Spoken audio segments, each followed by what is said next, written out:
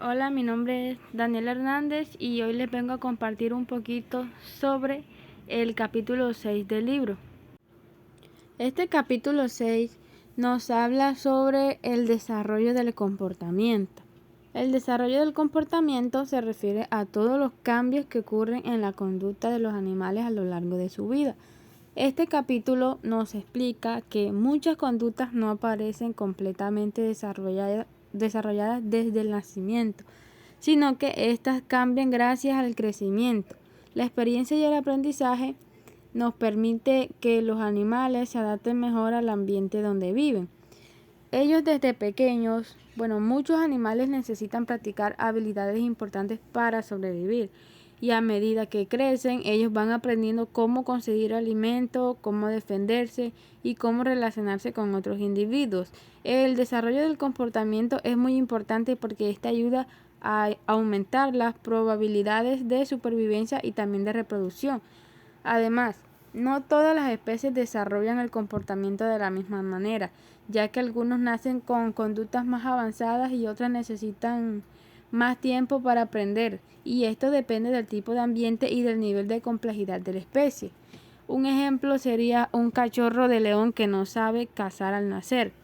Primero, él observa a los adultos, luego juega con otros cachorros y practica movimientos de persecución.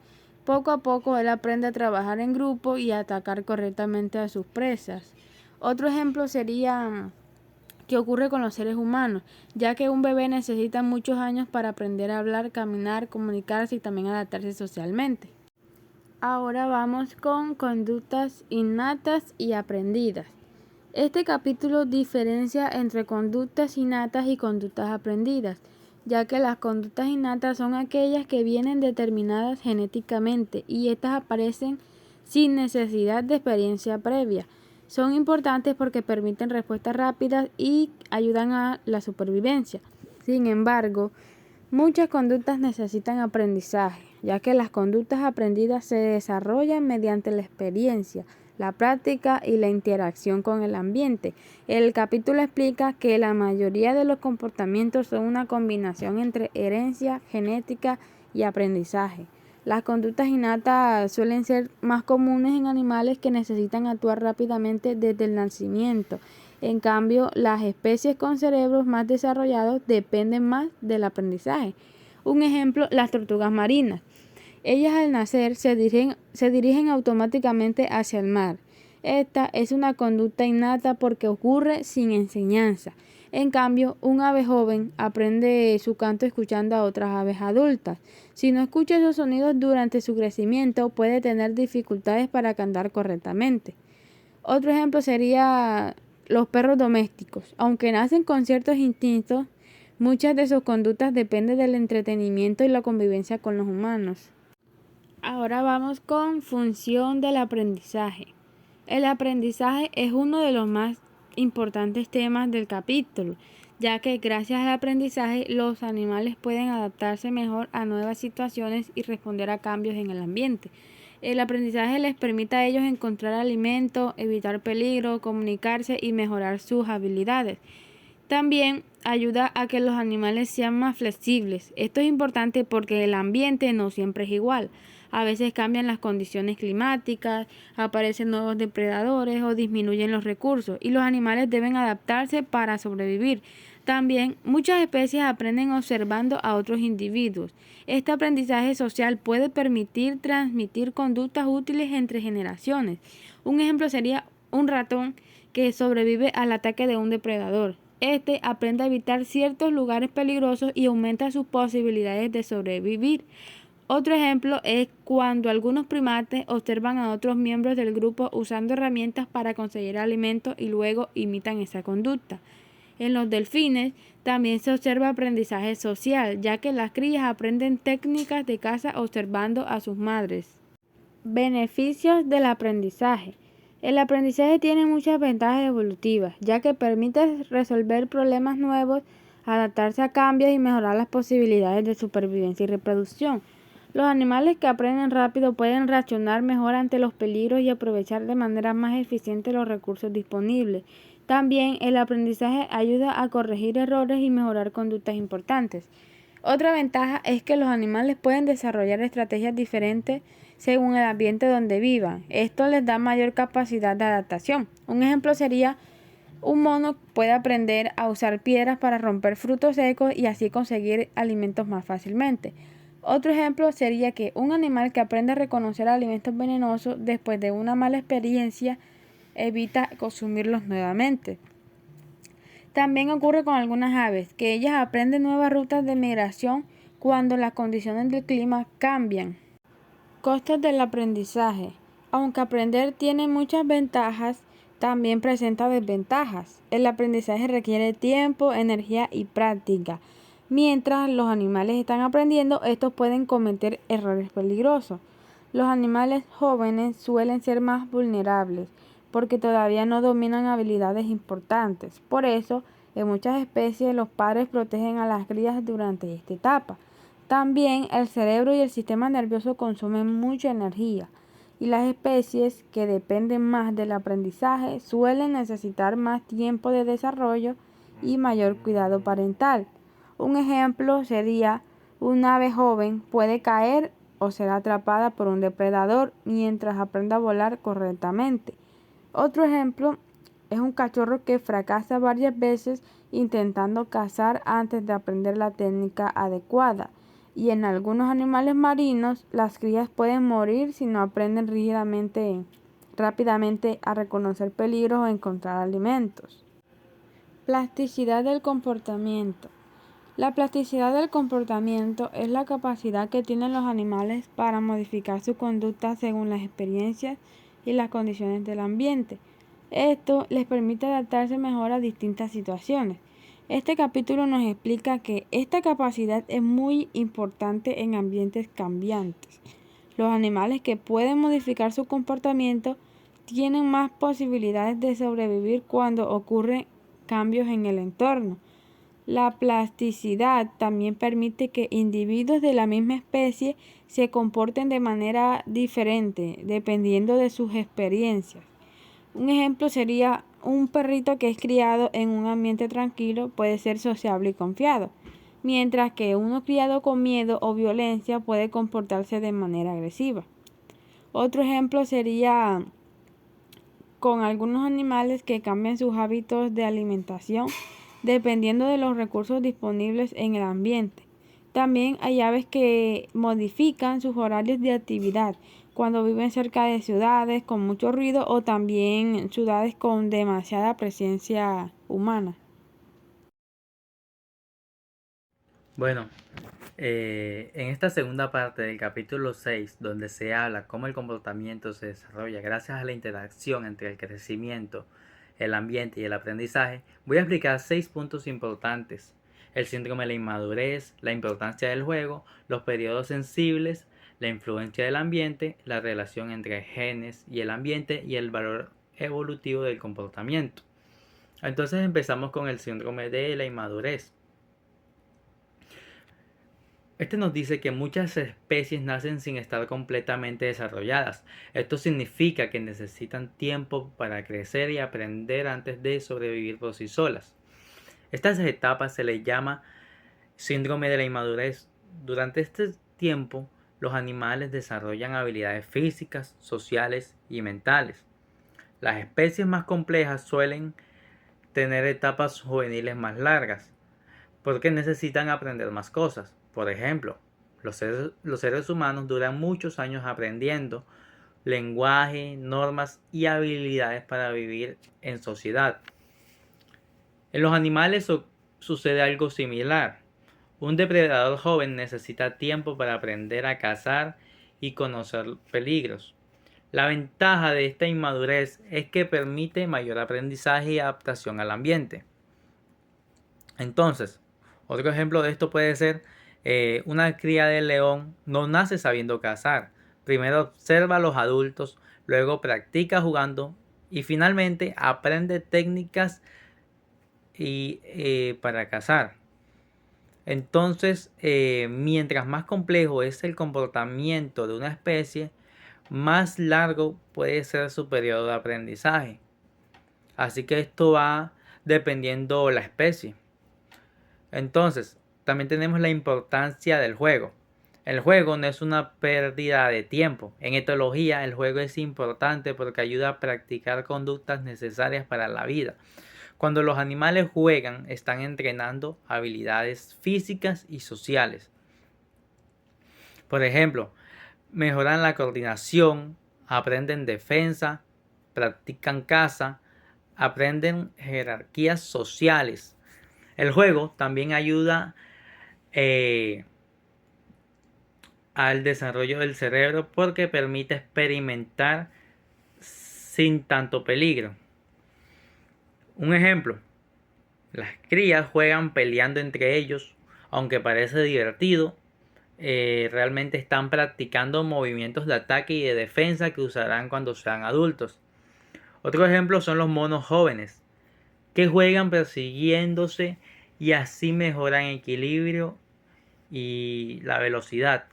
Entonces, el juego funciona como un entrenamiento para la vida adulta, así que esto es algo muy fundamental cuando los descendientes o los hijos pues son pequeños. Entonces, también tenemos periodos sensibles o críticos. Los periodos sensibles son etapas del desarrollo donde ciertos aprendizajes suceden más fácilmente. Durante esas etapas, el cerebro está más preparado para aprender determinadas conductas. Si el aprendizaje no sucede en ese momento, después puede ser muy difícil o incluso imposible desarrollarlo completamente. Un ejemplo clásico de esto. Algunas aves deben escuchar el canto de su especie cuando son jóvenes. Si crecen aisladas y no escuchan ese canto, luego no podrán cantar normalmente. También pasa en humanos con el lenguaje. Los niños aprenden idiomas mucho más fácil durante la infancia. Estos periodos son importantes porque aseguran que ciertos aprendizajes esenciales sucedan en el momento adecuado. Entonces, algo importante de esto es que el momento en el que se aprende algo puede ser tan importante como el aprendizaje del mismo. Influencia del ambiente. El ambiente tiene una gran influencia en el desarrollo del comportamiento de los animales y también en los seres humanos. Aunque los genes son importantes, las experiencias que vive cada individuo ayudan a moldear cómo actúa, cómo responde ante ciertas situaciones y cómo se relaciona con otros. Cuando hablamos de ambiente, no solo hablamos del lugar físico donde vive un animal, sino también de la alimentación, la presencia de otros individuos, el clima, los peligros, las experiencias positivas o negativas y la relación con su grupo social.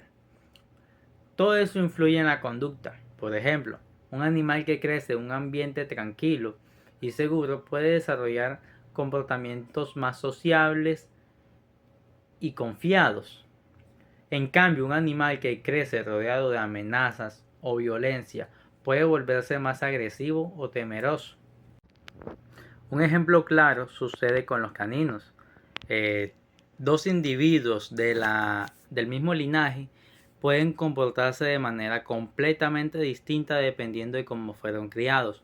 Uno puede ser amigable y obediente si recibió socialización y entrenamiento desde pequeño, mientras que el otro puede ser agresivo o nervioso si sufrió maltrato o aislamiento. También sucede en muchas especies sociales, como los monos o los lobos. Los individuos jóvenes aprenden observando al adulto. Si crecen sin contacto social, pueden tener dificultades para comunicarse o convivir con otros miembros de su especie. Otro ejemplo importante es el aislamiento. Algunos experimentos demostraron que los animales criados solos presentan problemas sociales, miedo excesivo, dificultad para reproducirse normalmente. Esto demuestra que el ambiente es fundamental para el desarrollo adecuado del comportamiento. En los humanos también sucede. El entorno, la familia, la educación y la cultura influyen muchísimo en la personalidad y en la conducta. Entonces, el capítulo explica que el comportamiento no es fijo ni completamente determinado desde el nacimiento. El ambiente puede modificar muchas conductas a lo largo de la vida. Entonces, el ambiente básicamente actúa moldeando el comportamiento mediante las experiencias y las condiciones de vida. Otro punto importante es la relación entre genes y el ambiente. Uno de los puntos más importantes de este capítulo es que el comportamiento surge de la interacción entre genes y ambiente. Durante mucho tiempo existió el debate sobre qué era más importante, la herencia genética o el aprendizaje y la experiencia. Actualmente la etología explica que ambos trabajan juntos y no se pueden separar completamente. Los genes proporcionan ciertas capacidades biológicas o predisposiciones, es decir, un individuo puede nacer con facilidad para desarrollar determinadas conductas, pero para que esas experiencias se desarrollen correctamente, también necesita experiencia y aprendizaje. Por ejemplo, un ave nace con la capacidad biológica de cantar, pero necesita escuchar a otras aves para aprender el canto correcto de su especie. Sin esa experiencia, el canto puede salir incompleto o diferente. Otro ejemplo sucede en los seres humanos. Algunas especies pueden tener facilidad genética para deportes, músicas o idiomas, pero si no practican ni perciben estimulación, esas capacidades no las van a desarrollar completamente. Esto significa que los genes ponen una base y el ambiente ayuda a construir el resultado final. Incluso comportamientos que parecen totalmente instintivos pueden verse modificados por la experiencia. Por ejemplo, algunos depredadores nacen con el instinto de cazar, pero aún así necesitan práctica para perfeccionar técnicas de ataque, ejecución y captura. También sucede con el miedo. Algunos animales tienen predisposición genética a temer ciertos peligros, pero aprenden específicamente qué situaciones evitar mediante la experiencia.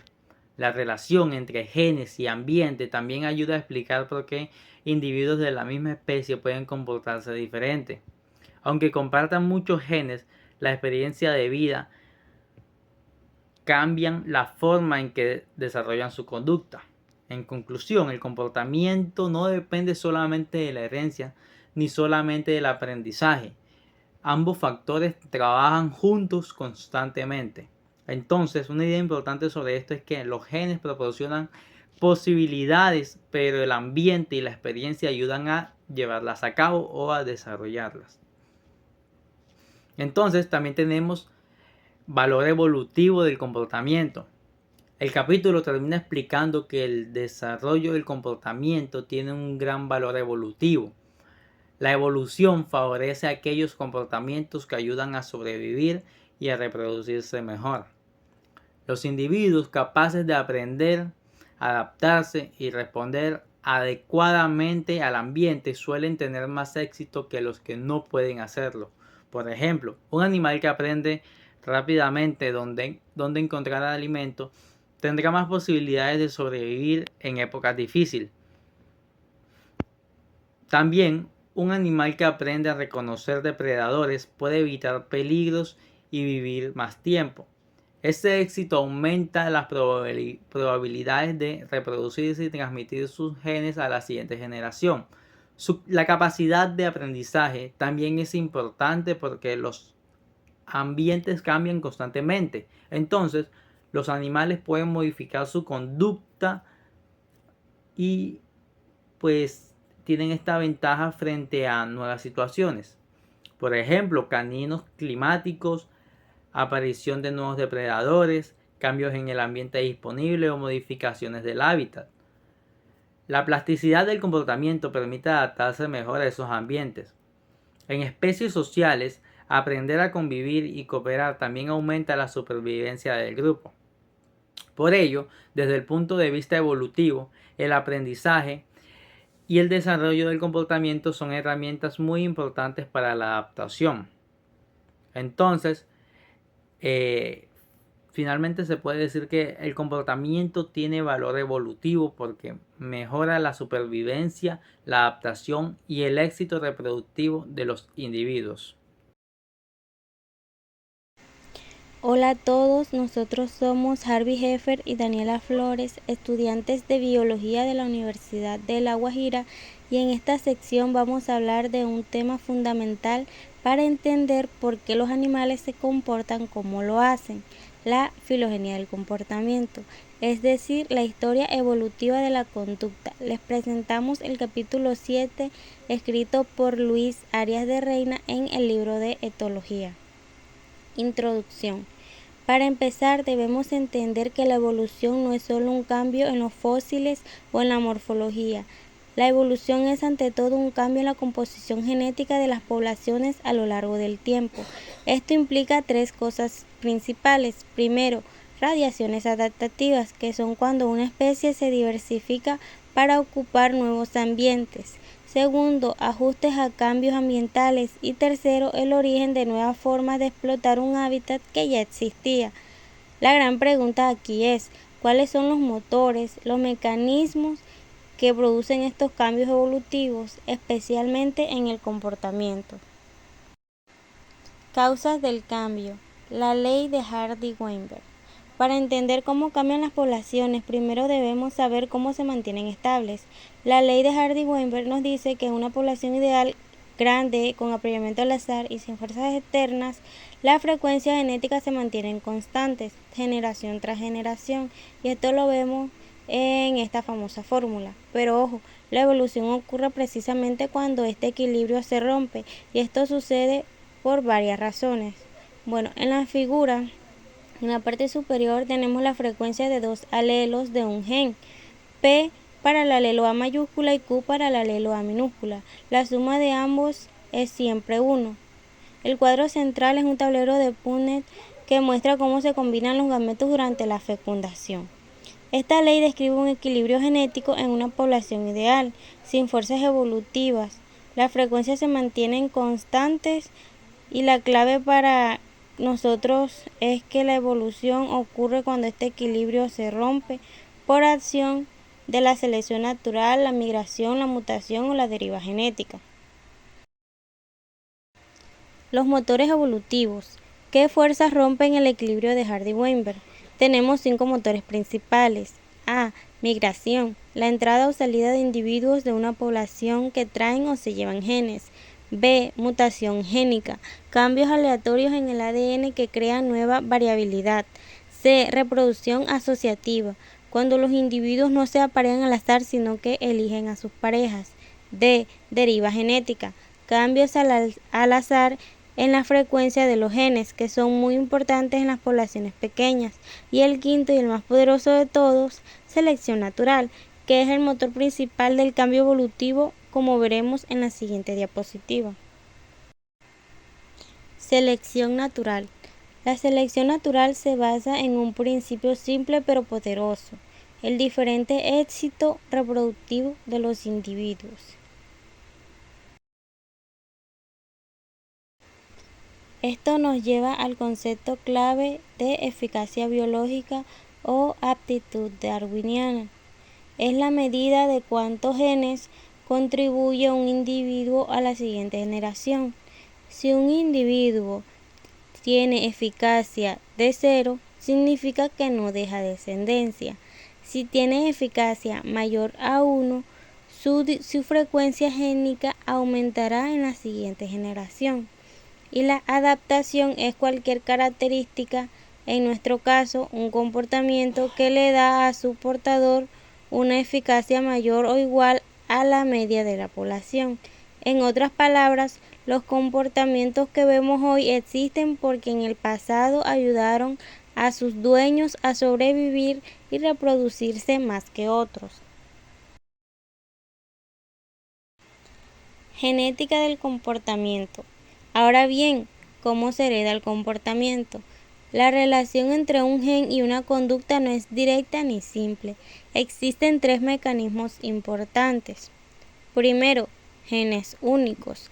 Un solo gen puede afectar una conducta específica, como el cortejo en la mosca de la fruta, la Drosophila.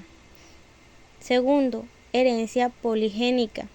La mayoría de los comportamientos están influenciados por muchos genes a la vez, como el canto de los grillos. Tercero, heredabilidad. Es una medida estadística que nos dice qué proporción de la variación en un comportamiento se debe a diferencias genéticas. Y hay un concepto crucial, la epigénesis, que es la interacción constante entre nuestros genes, las experiencias y el ambiente. Los genes no son un destino fijo. Esta es la figura 7.4 del capítulo, que representa esquemáticamente la primera ley de Mendel, también llamada ley de la segregación. ¿Qué nos muestra? Aquí vemos un cruce entre dos plantas de guisantes, una es de línea pura recesiva y la otra es de línea pura dominante. Los genes de estas plantas se cruzan y se obtienen la F1. En la F1 encontramos que todos son híbridos. Luego estos híbridos se cruzan entre sí y se obtiene la F2. Muestra una proporción de 3 individuos con el rasgo dominante por cada uno con el rasgo recesivo. ¿Por qué es importante para la genética del comportamiento? Porque nos demuestra que los rasgos se heredan como unidades discretas, genes, que se separan o segregan durante la formación de los gametos. Y esto aplica también a los comportamientos que tienen una base genética simple. Esta es la figura 7.5, que representa la segunda ley de Mendel, conocida como la ley de la asociación independiente o la ley de la independencia de los caracteres. Aquí vemos un tablero de Punnett de 4×4. Mendel cruzó plantas que diferían en 2 caracteres al mismo tiempo. Por ejemplo, el color de la semilla si era amarillo o verde y la textura de la semilla si era lisa o rugosa. Los gametos parentales tienen combinaciones como R dominante y Y dominante. También encontramos otro que era R dominante, Y recesivo, R recesivo, Y dominante y R recesivo y Y recesivo. El resultado es que estos 2 caracteres se heredan de manera independiente uno del otro. La proporción fenotípica resultante en la descendencia es 9:3:3:1. ¿Por qué es relevante para nosotros? Porque en el comportamiento la mayoría de los rasgos no están controlados por un solo gen, sino por múltiples genes que se heredan de forma independiente. Esto es lo que llamamos herencia poligénica. Así que esta ley es la base para entender comportamientos complejos como el canto de los grillos o la inteligencia que vimos en las diapositivas anteriores. Expresión del comportamiento, del gen a la conducta. Esta imagen es fundamental. Nos muestra el camino largo e indirecto que va desde el gen hasta la conducta. Todo comienza con los genes estructurales y reguladores que producen enzimas.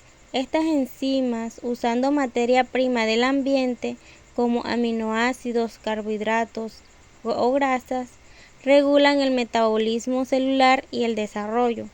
Eso da lugar a mecanismos fisiológicos que a través de la percepción sensorial y el procesamiento de información finalmente producen el comportamiento. Como ven, entre el gen y la conducta hay todo un mundo de interacciones. El ambiente influye en cada paso. Genes únicos. Veamos un ejemplo clásico de cómo un solo gen afecta el comportamiento. Bastock en 1956 estudió la mosca de la fruta, Drosophila melanogaster. Cruzó una población normal con una mutante llamada amarillo ligada al sexo, que encontró que los machos mutantes tenían menor éxito en las cópulas que los machos salvajes. La razón, estos machos presentaban una menor proporción de vibración alar, un movimiento clave en el cortejo de esta especie. Por otro lado, un solo gen el de la coloración amarilla, afectaba indirectamente la conducta del cortejo.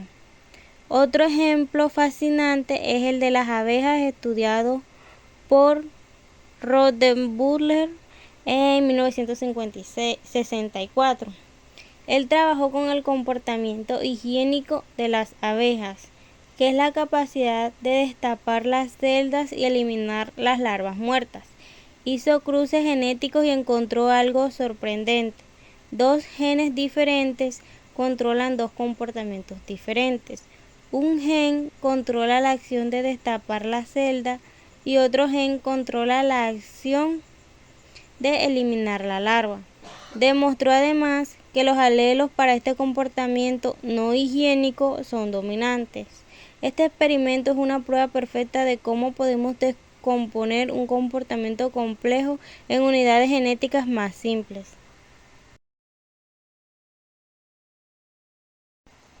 Herencia poligénica.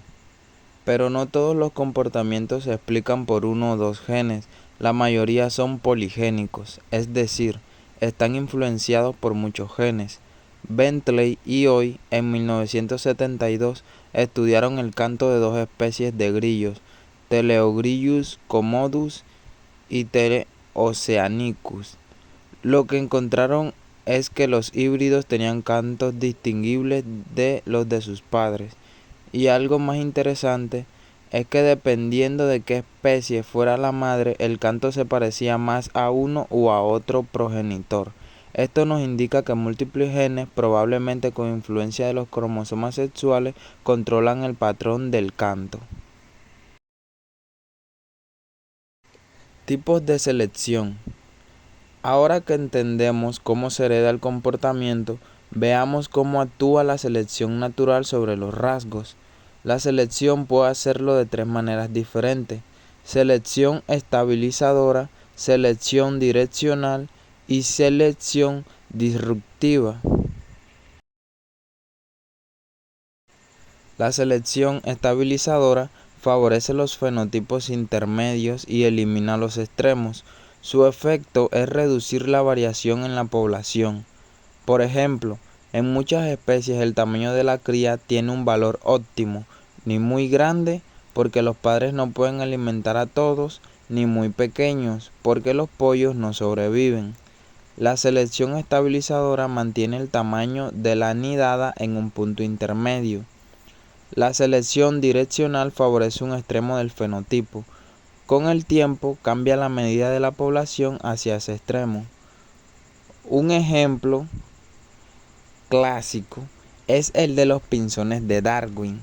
En años de sequía, las semillas duras son más abundantes. Los pinzones con picos más grandes y fuertes tienen ventaja, sobreviven más y dejan más descendientes. Con el tiempo, la población se vuelve de pico más grande. La selección disruptiva favorece ambos extremos del fenotipo y desfavorece a los intermedios. Su efecto es aumentar la variación y puede a largo plazo llevar a la especiación, es decir, a la formación de nuevas especies. Ejemplo de esto es una población de aves. Los individuos con picos muy grandes pueden comer semillas duras y los de pico muy pequeño pueden comer insectos. Pero los de pico mediano no son buenos en ninguna de las dos cosas. Con el tiempo, esta población podría dividirse en dos especies diferentes. Enfoques del estudio de la filogenia. Ahora bien, estudiar la evolución del comportamiento es difícil porque el comportamiento no fosiliza. Por eso, los etólogos han desarrollado 4 enfoques principales para reconstruir la historia evolutiva de la conducta. El enfoque histórico o comparativo consiste en comparar especies emparentadas.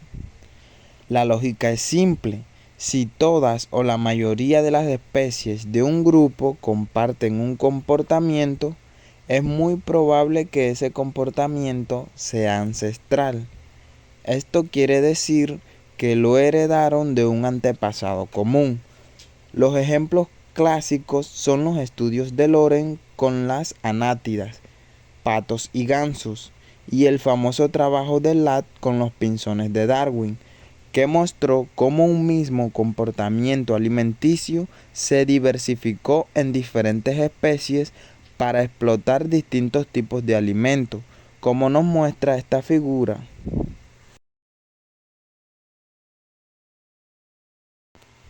Enfoque funcional y predictivo. El enfoque funcional analiza el significado adaptativo actual de un comportamiento. ¿Para qué sirve hoy esta conducta? Un ejemplo es el estudio de Timbergen sobre por qué las gaviotas expulsan la cáscara de los huevos del nido. Demostró que esto reduce la depredación porque las cáscaras blancas atraen a los predadores. Por otro lado, el enfoque predictivo o sociobiológico parte de un supuesto clave. Los animales se comportan de manera que maximizan su eficacia biológica inclusiva. A partir de ahí, podemos hacer predicciones sobre su comportamiento. Un ejemplo es el estudio de Barash con el azulejo Cialia currucoides, mostrado en la figura 7.11. Predijo que un macho sería más celoso y defendería más a su pareja antes de la puesta. Esto quiere decir cuando su paternidad está en riesgo que después de la puesta. Y efectivamente eso es lo que ocurre.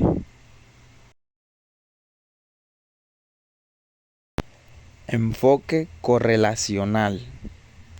Finalmente, el enfoque correlacional busca correlaciones entre el comportamiento y el ambiente, incluso en especies no emparentadas. Esto se debe a la convergencia evolutiva. Ambientes similares seleccionan comportamientos similares. El estudio de Barash con 3 especies de marmotas a diferentes altitudes es un buen ejemplo. Podemos observarlo en la tabla 7.1 del libro. Conclusión. Para cerrar, recordemos las ideas principales de este capítulo.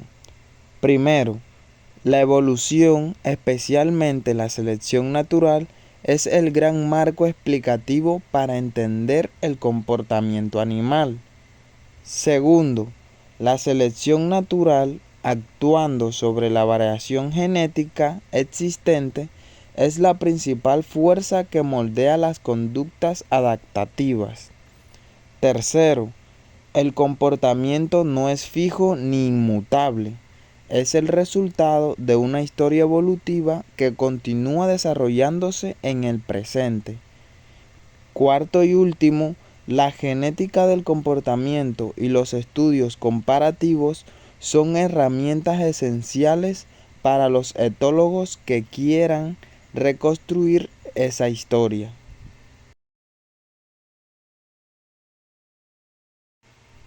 Bibliografía.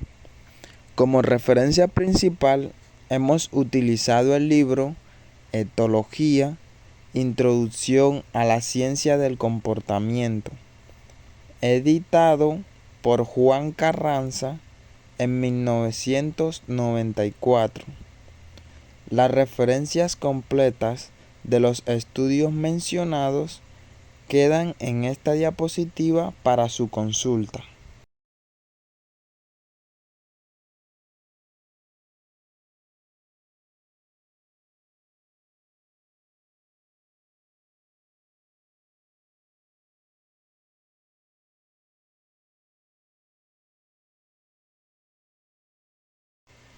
Hemos llegado al final de nuestra exposición. Muchas gracias por su atención. Ahora, si tienen alguna pregunta, pueden dejar un comentario. Estamos aquí para responderla. Siguiendo con el tema, tenemos limitaciones de los modelos clásicos y técnicas alternativas. Limitaciones de los modelos clásicos. Los modelos del TBM y de selección de presas han sido extremadamente útiles pero comparten limitaciones importantes que los autores señalan con honestidad en este capítulo. La primera es la unidimensionalidad, el problema de la moneda. Ambos modelos maximizan una sola variable, la tasa de obtención de energía. Esta es una simplificación peligrosa desde el punto de vista biológico. En la realidad, los animales enfrentan múltiples problemas simultáneamente. Por ejemplo, un pájaro debe buscar alimentos y defender su territorio. Kazerwick en 1981 extendió el TBM para incluir ambas, midiendo tanto la ganancia energética como el valor de la defensa territorial en unidades de altitud darwiniana. En condiciones donde existía riesgo de invasión territorial, los carboneros pasaban menos tiempo en cada parcela de lo predicho por el TBM energético puro, sacrificando algo de eficiencia alimentaria para poder vigilar. Este es un ejemplo de cómo combinar múltiples dimensiones en una moneda única, aunque las predicciones cuantitativas se vuelven más difíciles de hacer. La segunda es la independencia del estado. Los modelos clásicos no tienen en cuenta el estado interno del animal, reservas energéticas, edad, condición fisiológica, riesgo de inanición. Imaginemos un animal que puede elegir entre dos parcelas, una con mucho alimento pero muy peligrosa y otra segura pero con poca alimentación. ¿Cuál debe elegir? La respuesta depende crucialmente del estado del animal. Si tiene reservas bajas, debe arriesgarse a la parcela peligrosa para no morir de hambre. Si tiene reservas altas, debe elegir la segura, pues el riesgo de inanición es mínimo. Los modelos que no completan estas dependencias se llaman estáticos. Las decisiones son siempre simples e iguales, independientemente de las condiciones internas. El tercero es el determinismo. Los modelos clásicos suponen que el animal maximiza el promedio de ganancia a largo plazo, sin considerar el riesgo, variabilidad alrededor del promedio. Imaginemos que en promedio conviene ser especialistas, pero que en un momento dado el animal lleva mucho tiempo sin encontrar presas buenas y sus reservas están muy bajas. Rechazar una presa mediocre mientras espera una mejor puede ser fatal y muy arriesgado. En este contexto, aceptar la presa inferior, aunque empeore el promedio, es la decisión que maximiza la probabilidad de sobrevivir. Los modelos que solo maximizan el promedio se llaman determinísticos, lo que incorpora la importancia de las desviaciones temporales y el costo del riesgo se llaman estocásticos.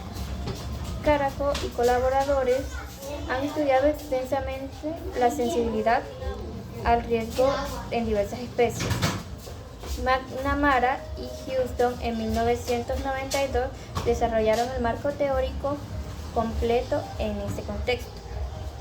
El siguiente es el horizonte del tiempo.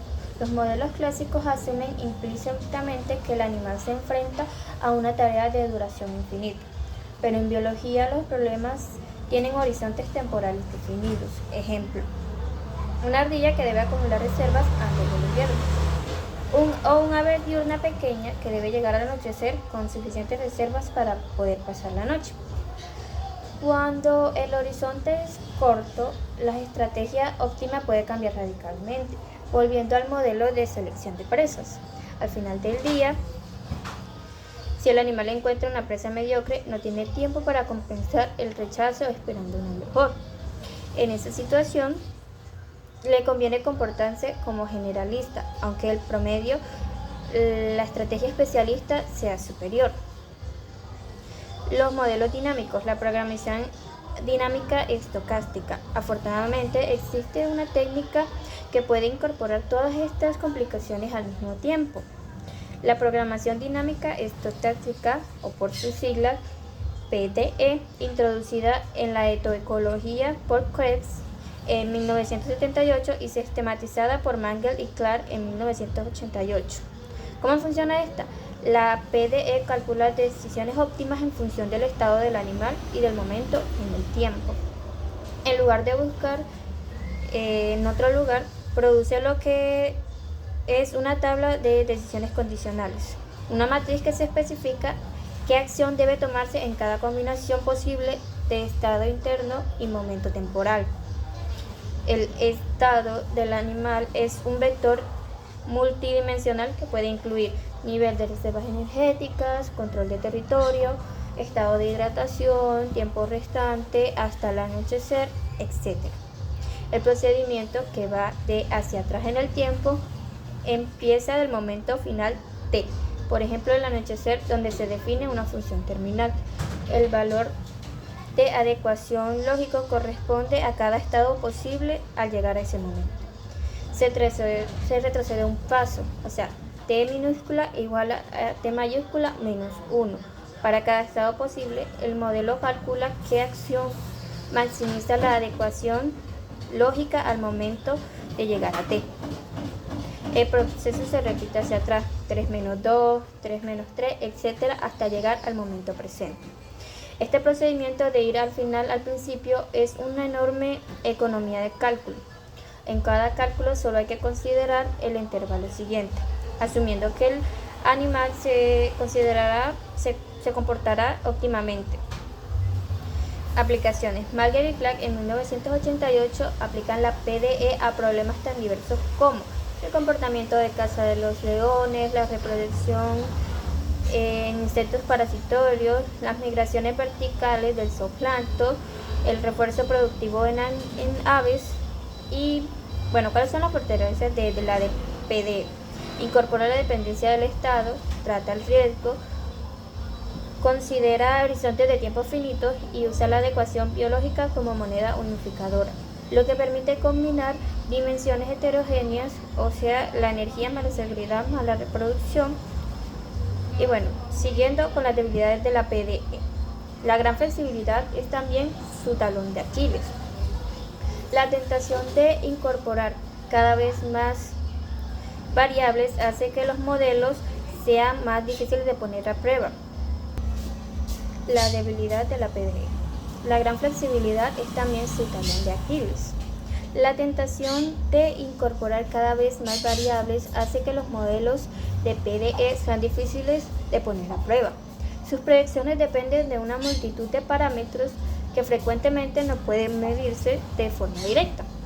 El resultado es paradójico. Aunque la PDE es matemáticamente más sofisticada, su relación con los datos suele ser menos dialéctica y conflictiva que la de los modelos clásicos. En los modelos clásicos, las discrepancias son claras y fuerzan cambios en las premisas. En los modelos de la PDE, la flexibilidad hace más difícil que las observaciones resulten el modelo con claridad. Su contribución más valiosa es, por tanto, conceptual y explicativa más que predictiva en sentido estricto. ¿Qué modelo se debe elegir? No existe una respuesta única. Los autores refieren algunos artículos de Lewis en 1966, quien argumentó que ningún modelo puede ser simultáneamente mejor y original. Siempre es necesario un compromiso y ese compromiso queda a juicio del biólogo. La perspectiva que los autores defienden es la del filósofo de la ciencia Lakatos en 1970. Lo importante no es juzgar un modelo aislado, sino evaluar un programa de investigación. Un programa es progresivo si el uso de modelos lleva repetidamente al camino de elegir y de estudiar empíricamente los resultados. Si es degenerado, si el modelo sirve principalmente para proteger teorías frente a las discrepancias con los datos, entorpeciendo el progreso. Para resumir todo el capítulo, los autores cierran el capítulo con las siguientes ideas centrales. Un modelo de optimalidad es una reproducción significativa de la realidad que predice el comportamiento de un subtema complejo, suponiendo que el sistema maximiza una variable determinada. En biología, el núcleo teórico es el comportamiento que debe entenderse como si hubiese sido enseñado por la selección natural para maximizar la aptitud darwiniana. Esta suposición no se supone directamente a prueba en cada experimento. En su lugar se usan monedas intermedias, tasas de energía, número de hijos, evitación de depredación, etc. Los modelos son útiles tanto cuando aciertan como cuando fallan. En el primer caso, sugieren un marco para la investigación futura y en el segundo, que las premisas son inapropiadas.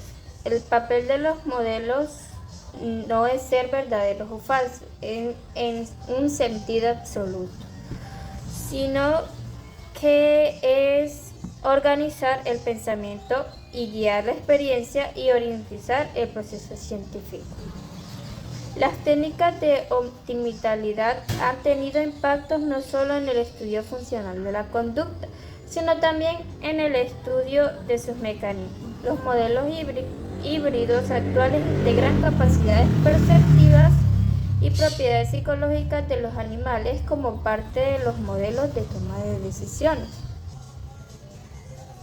Para concluir, un modelo es útil si nos obliga a hacernos preguntas racionales de una manera constructiva para avanzar cuando las predicciones fallan. Los modelos son herramientas no verbales. Muchas gracias.